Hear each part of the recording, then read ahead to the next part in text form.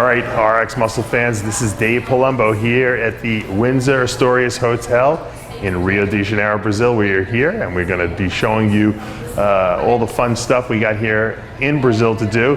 Plus, you'll be getting wrap-ups, play-by-plays, final interviews, and all the great stuff that we do here. I know Chris Aceto is going to be meeting me at the mall a little later. We're going to probably run into him. Right now, we're going to grab a quick bite to eat. And then we're gonna travel around the city and see what there is. It's a little overcast today, so we might not get to see the Christ the Redeemer. We might have to wait till tomorrow, but we're gonna hit a place called Lagoon, which is supposed to be some pretty cool sights, some pretty cool nighttime, I guess, waterways we're gonna see. And I heard there's a great sushi restaurant there, so don't be surprised if I stop by there as well. Stay tuned all day long. All right, I'm here at Monte Gordo, the first restaurant that we've arrived at here in Rio de Janeiro. We're starved. We got off the plane, we didn't really sleep much, so we took a quick cat nap at the room for about 2 hours. And now we're here at Monte Gordo, and I'm super excited because I got my food. I ordered the right thing. Yeah, as you know, I always order salmon, but I got a beautiful piece of salmon here. I got for some reason, I love green rice. I don't even know what they put in the rice to make it green, but I bet there's like some kind of broccoli in there or something like that. Green rice just looks delicious. There's a little salad here. We got some carrots. We got some eggs. We got some beets. You know, beets are good for high in nitrites.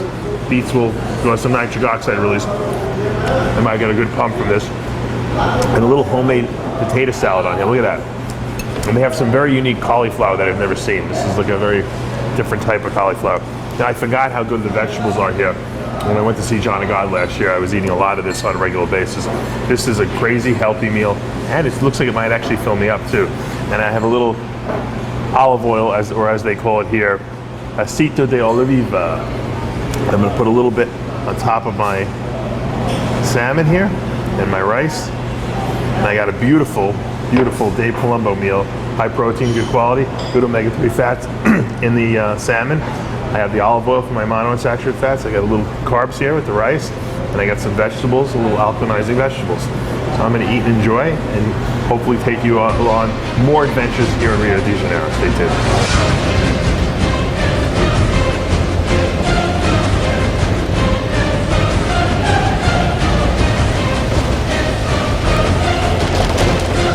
All right, we just arrived here at Lagoon, which I really didn't know what it was. It's kind of like a shopping complex here with a lot of restaurants, and I'm going to meet Cedric and Chris, the technician Aceto, supposedly here, and we'll see what's going on. We'll do a little preview with them of the show, and then we're going to get a little something to eat. And for now, though, I think I'm going to try to get some money. I always have trouble getting cash out of cash machines. I don't think I've ever actually taken cash out of a cash machine in the year 2000. I did it back in the 80s when I was in college, but I never have to take cash out. But when I go to other countries, it's easier to exchange your money through the cash machine. So I'm going to go across the street and see what I can do. I don't know, like a bagel or something. All right, so what are we doing now? I'm trying to use my cash card. Never worked yet. This is the debit card. Let's see if it'll work. Probably eat my card.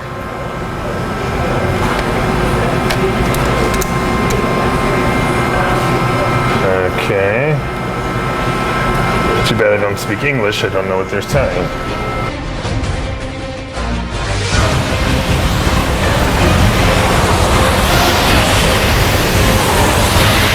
Holy mackerel! It's Chris, the technician Aceto. Yeah, in Brazil. In Rio. It only took me 2.5 hours to get here in the most horrible cab ride of my life. Yeah, what I'm upset about is my cab was 15 minutes. It cost me $100. Yours costs you how much? $50, but I didn't even have any money, so I couldn't pay them. So on the way back, I should just tell them I don't have any money? That's right. Tell them you only have a credit card. Should I eat at this restaurant and tell them I have no money?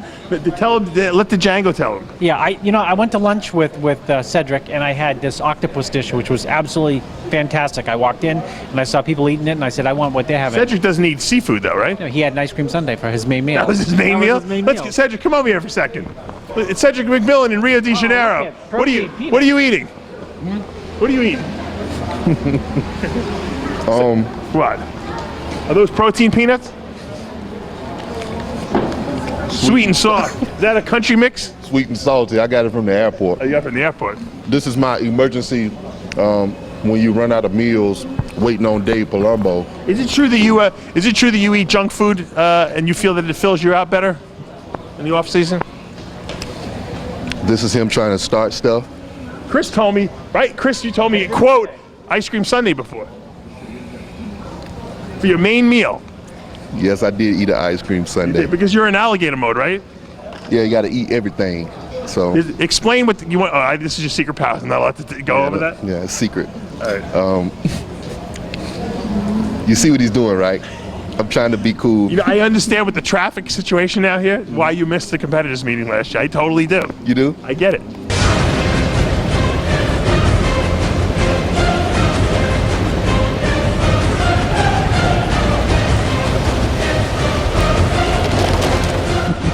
I don't blame you. I've removed any ounce of blame. I held a little blame. I told Chris there was a little blame on Cedric, but I give you props now because it could take you hours and hours and hours to get anywhere here. You think they can go back to like the contest record and give me like an honorable mention or Put something? an asterisk next to your name. Yeah. Could have won the contest. Should have won the contest. Yeah. Well, you're huge now. You're hanging out here at the SciTech booth all weekend long, signing some pictures, Hold on giving a away second. some free stuff. Chris, did he just trick me into an interview anyway?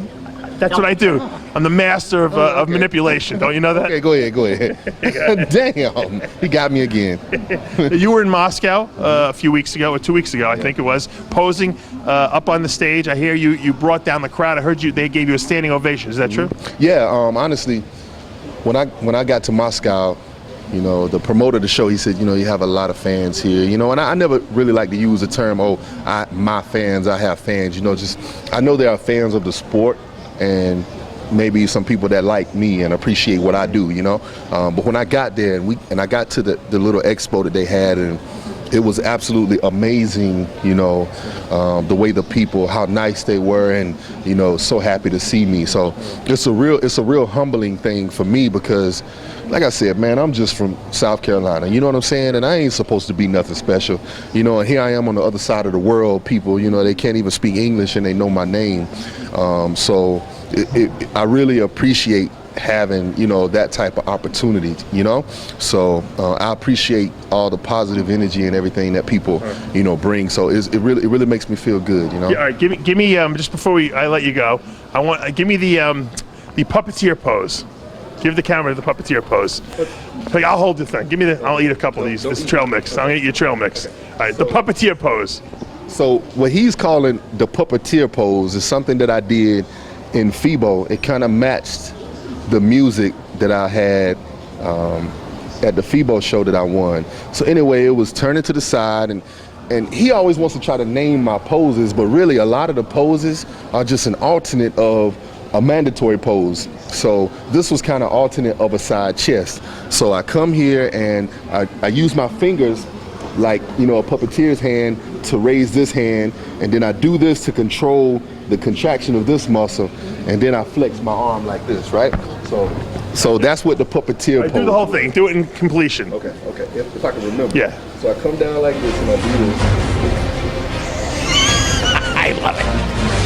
Like that. All right, I just left Chris and Cedric, and now we are at Laguna Gourmet, or Lagoon Gourmet, and we're going to eat a little very nice meal here. If you notice, I have my salad. This is a very pretty salad.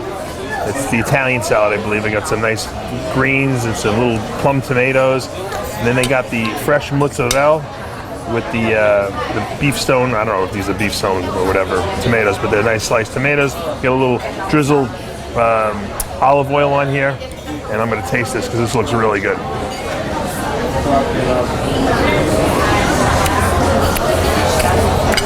As my dad would say, manja. All right, the main courses come here, and I like the presentation of it. You look, I have seared tuna, which might be seared a little too much, over a bed of, there's some mushrooms under here. Look at those mushrooms. Let me taste those. Really good. With some peanut sauce on them. I have some quinoa. Very good. And I have some little shoots here, some sprouts. I'm gonna eat with a knife because Amanda said that we look like us Americans look like savages. So I'm actually gonna cut my tuna with my knife, even though it's seared. I'm gonna taste this.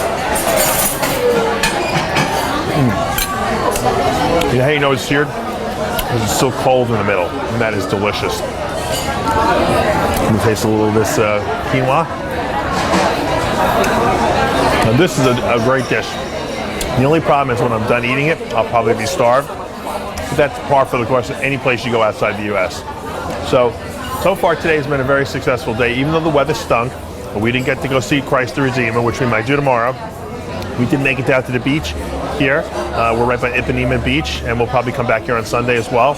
We got a nice meal. We met Cedric McMillan and Chris the technician Aceto. We ate a couple meals during the day.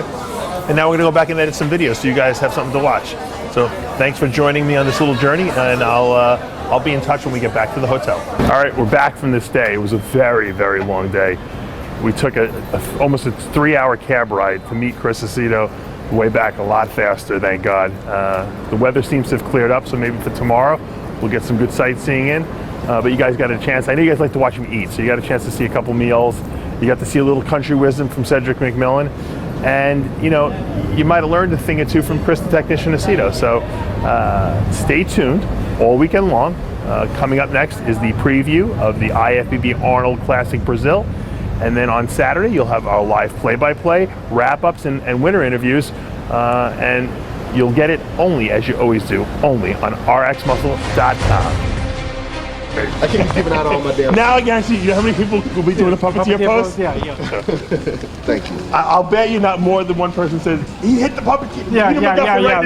He wrote he hit the puppeteer pose. Yeah, oh, they will. They will. We might see Steve Kukla going. Yeah. What is it? No. What is it, Chris? Hold on, let me see if I can do this thing. Puppeteer pose. The puppeteer pose. It's like. You gotta use it to, that's a piano pose. Right?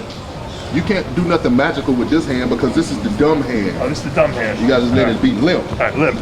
And do the magic shit with this hand. magic shit goes like this. And what? No, look. If you raise this one, this one's got to come up I because don't you're know if I can controlling it. coordinate both hands. Hold on. Yeah. No. No. You gotta contract it. So you gotta say, hey, contract. Contract. Oh, Boom. like, And then you hit that one. Bam. Gotcha. Like that. Wow. Only Cedric McMillan. He's the master of puppets. Real talk. Sometimes posing and stuff goes over people's head, right? They only look at like the finished product, like, okay, he just hit this pose. The transitions. But people don't really pay attention to the transitions, you know, when they watch. So yeah, that's what I'm all about, you know. So like you were saying earlier, you know, what is this pose? Like, I don't know what it is, you know. It's just a way I move into. So I hit this. So we got like primary poses and alternate poses, right? And then we got secondary poses. So this one is what I do as I lead into this one, and then this is what I do after that one to lead into the next one, right? So he was just telling me how he doesn't name any of his poses. He has like transition names now. Yeah. Level 1, level 2, level 3, level. I'm gonna go eat ice cream sundae. So bye bye.